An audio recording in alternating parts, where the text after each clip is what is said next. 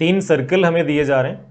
First का radius ए है, second circle का रेडियस बी है और सबसे छोटे वाले सर्कल का रेडियस सी है।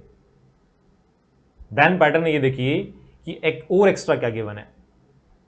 तीनों सर्कल्स देखो, radius A and radius B वाला यहां टच कर रहे हैं, रेडियस ए एंड सी वाला यहां टच कर रहे हैं, बी एंड सी वाले यहां टच कर रहे हैं, यानी हर दो सर्कल एक दूसरे को टच कर रहे हैं एक्सटर्नली। साथ में एक लाइन गिवन है जो तीनों सर्कल्स को टच करते हुए निकल रही है, मीन्स तीनों की टेंजेंट है, जिसको आप कॉमन टेंजेंट भी बोल सकते हैं। Hello and welcome, myself Mukesh Chaudhary. अपना सवाल ये है कि इन तीनों सर्कल्स की रेडियस में क्या रिलेशन बनेगा, उनमें क्या संबंध होगा, यानी ए बी सी को कैसे रिलेट किया जाए, ये हमें सोचना है।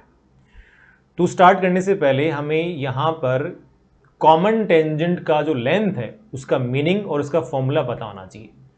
अगर मैं सर्कल जिसका रेडियस ए है एंड जिसका रेडियस बी है, उन दोनों के लिए कॉमन टेंजेंट की लेंथ का जिक्र करूं, तो जहां पे ये टेंजेंट दोनों सर्कल्स को टच कर रही है, लेट्स से ये वाला पॉइंट यहां पे P बोल दो आप, इस वाले पॉइंट को मैंने R बोल दिया, तो P एंड R के बीच का जो डिस्टेंस होगा वही यहां पे क्या, length of common tangent with respect to the circles of radius A and B। तो एक तो ये लेंथ ऑफ कॉमन टेंजेंट का फॉर्मूला आपको पता होना चाहिए।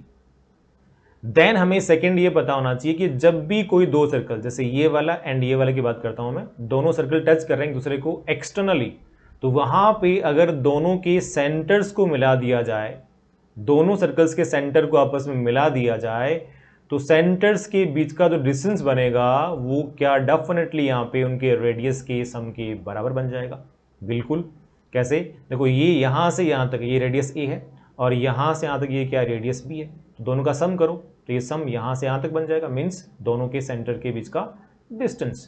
तो सेकेंड पॉइंट क्या निकल के आ रहा है कि जब भी कोई दो सर्कल एक दूसरे को एक्सटर्नल टच करते हैं तो उनके सेंटर्स के बीच का डिस्टेंस ऑलवेज उनके रेडियस के सम के बराबर आता है।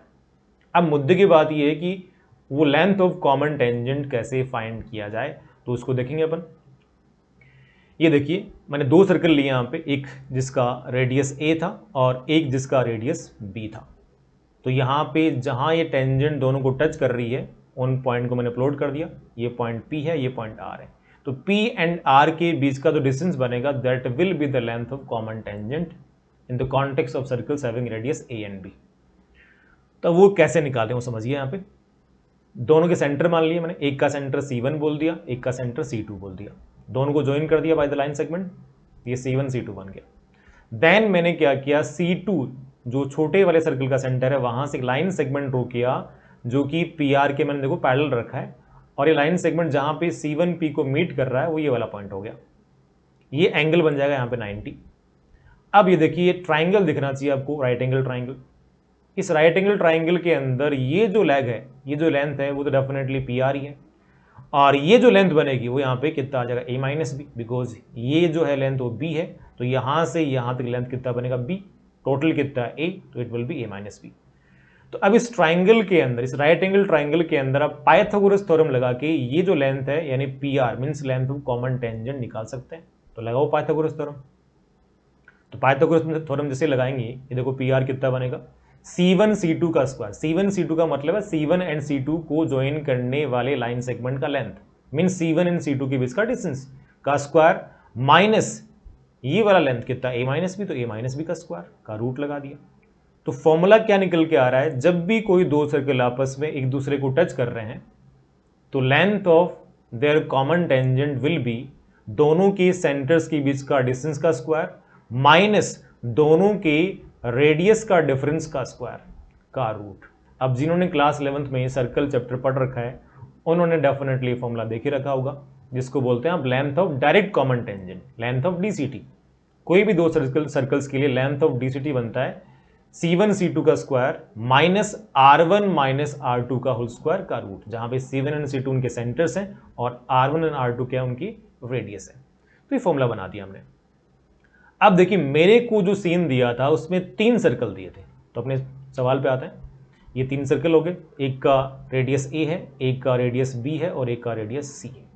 तो वही लेंथ ऑफ कॉमन टेंजेंट यहाँ पे हर पेयर के लिए आप निकालने वाले हैं।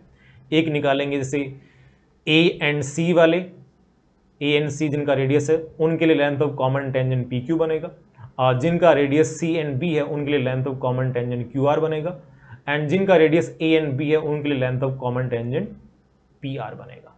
तो पी आर ऑलरेडी निकाल चुके हैं अपन, C1 C2 का स्क्वायर माइनस ए माइनस बी का स्क्वायर का रूट। पैटर्न क्या चल रहा है, दोनों जो जिन भी दो सर्कल के लिए आपको लेंथ ऑफ कॉमन टेंजेंट लिखना है, दोनों के सेंटर्स के बीच का डिस्टेंस का स्क्वायर माइनस दोनों के रेडियस का डिफरेंस का स्क्वायर और फिर रूट लगा देना है। अब इसी पी आर, जैसे पी आर निकाला वैसे सेम तरीके से अपन क्या निकाल लेते हैं, पी क्यू निकाल लेते हैं। तो इस बार पी क्यू मतलब ये length means C1 and C3 centres वाले सर्कल का लेंथ ऑफ कॉमन टेंजेंट। तो इस बार C1 C3 का स्क्वायर हो गया, देखिए यहाँ पे माइनस उनकी रेडियस क्या, एक की ए और एक की सी, तो ए माइनस सी का स्क्वायर हो जाएगा का रूट। सेम तरीके से अपन निकाल लेते हैं क्यू आर यहाँ पे। तो क्यू आर कितना बन जाएगा, C3 C2 का स्क्वायर माइनस सी माइनस बी का स्क्वायर का रूट। बिकॉज इस बार सेंटर्स क्या है C3 C2, तो C2 C3 लिखो या फिर C3 C2 लिखो, बात एक ही है, का स्क्वायर माइनस उनकी रेडियस क्या है सी एन बी, तो उनके रेडियस का डिफरेंस का स्क्वायर का रूट। तो P R P Q and Q R हमने निकाल लिया। अब यहाँ पे आप ये देखिए जो पी क्यू आर तीनों पॉइंट है वो सेम लाइन में है। इसका मतलब पी क्यू और क्यू आर को अगर ऐड कर दिया जाए तो डेफिनेटली क्या मिलेगा मेरे को, पी आर मिलेगा। तो यहाँ देखिए P Q plus Q R कितना होगा, पी आर।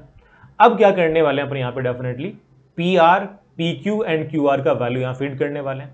इसके अलावा ये जो C1 C2 है, यहाँ पे C1 C3 है, ये जो C3 C2 है, इन सब की वैल्यूज अपन जानते हैं। कैसे, बिकॉज C1 और C2 के बीच का डिस्टेंस निकाला जाए तो कितना आना है, a प्लस बी आना है, बिकॉज दोनों सर्कल एक दूसरे को टच कर रहे हैं एक्सटर्नली। तो दोनों के सेंटर्स के बीच का distance will be sum of their radius. तो C1 C2 कितना बन गया, a प्लस बी बन गया। ऐसे ही C1 एंड C3 कितना बनेगा, a प्लस सी बनेगा। मतलब C1 एंड C3 के बीच का डिस्टेंस की बात कर रहा हूं मैं। C3 C2 यानी C2 और C3 के बीच का डिस्टेंस वो कितना बनेगा, b प्लस सी बनेगा। तो क्या करने वाले हैं आप यहाँ पे, C1 C2 पुट करने वाले हैं, C1 C3 पुट करने वाले हैं, C3 C2 पुट करने वाले हैं। देन ये जो P R P Q Q are निकल के आते हैं, तीनों को यहाँ फीड कर देंगे और आगे इसको सोल्व कर लेंगे। तो देखिए क्या बनता है, P Q plus Q R कितना, P R, P Q Q R और पी आर का वैल्यू पुट कर दिया हमने यहाँ पे। अब C1 C3 C3 C2 और C1 C2 निकाल रखे हैं हमने। C1 C2 क्या है, C1 और C2 के बीच का distance a plus B, C1 and C3 के बीच का distance a plus C, and C3 and C2 के बीच का डिस्टेंस c प्लस बी। तो ये सारे पुट कर देंगे यहाँ पे, देखते हैं क्या बनता है। ये देखो रख दिए सारे। देन क्या करना है, रूट के इनपुट को अब सोल्व करना है अपने को। तो बहुत ही आसान है। तो a प्लस बी सी का स्क्वायर, ए स्क्वायर प्लस सी स्क्वायर प्लस ट्वाइस ए सी, ए माइनस सी का स्क्वायर, ए स्क्वायर प्लस सी स्क्वायर माइनस ट्वाइस ए सी। तो ए स्क्वायर सी स्क्वायर कैंसिल आउट हो गया, क्या बचेगा, 2ac minus of minus 2ac, that is 4 time ac का रूट। ऐसे यहाँ पे 4 टाइम bc का रूट, ऐसे यहाँ पे 4 टाइम ab का रूट। अब यहां से रूट ऑफ 4ac को लिख पाएंगे अब twice root ac, it will be twice root bc, it will be twice root ab। 2 दोनों साइड से कैंसिल आउट हो गया, तो क्या बचेगा, root ac plus root bc equal to root ab। ये देखिए root ac plus root bc equal to root ab। Then हम क्या कर सकते हैं, यहाँ पे इस इक्वेशन के दोनों साइड्स को रूट ऑफ ABC से डिवाइड कर सकते हैं। यहाँ पे क्या बनेगा, root AC upon root ABC, यहाँ पे root BC upon root ABC और यहाँ पे root AB upon root ABC। क्या बनेगा, 1 upon root B plus 1 upon root A equal to 1 upon root C। यही वो रिलेशन है जिसके अंडर ABC आपस में रिलेट होंगे। पैटर्न देखिए, जो सबसे छोटे वाला सर्कल था उसका रेडियस देखो राइट हैंड साइड में और बाकी वाले वो लेफ्ट के अंदर है। तो ये रिलेशन आपको आगे से ध्यान रखना चाहिए। मे भी अगर डायरेक्टली आपको कोई सवाल मिल जाए तो इस रिलेशन की हेल्प लेके आप उसको इजीली उड़ा सकते हैं। तो ये हो गया अपना आज का सवाल। मिलते हैं ऐसे ही और किसी सवाल के साथ में। अभी के लिए बेस्ट ऑफ लक।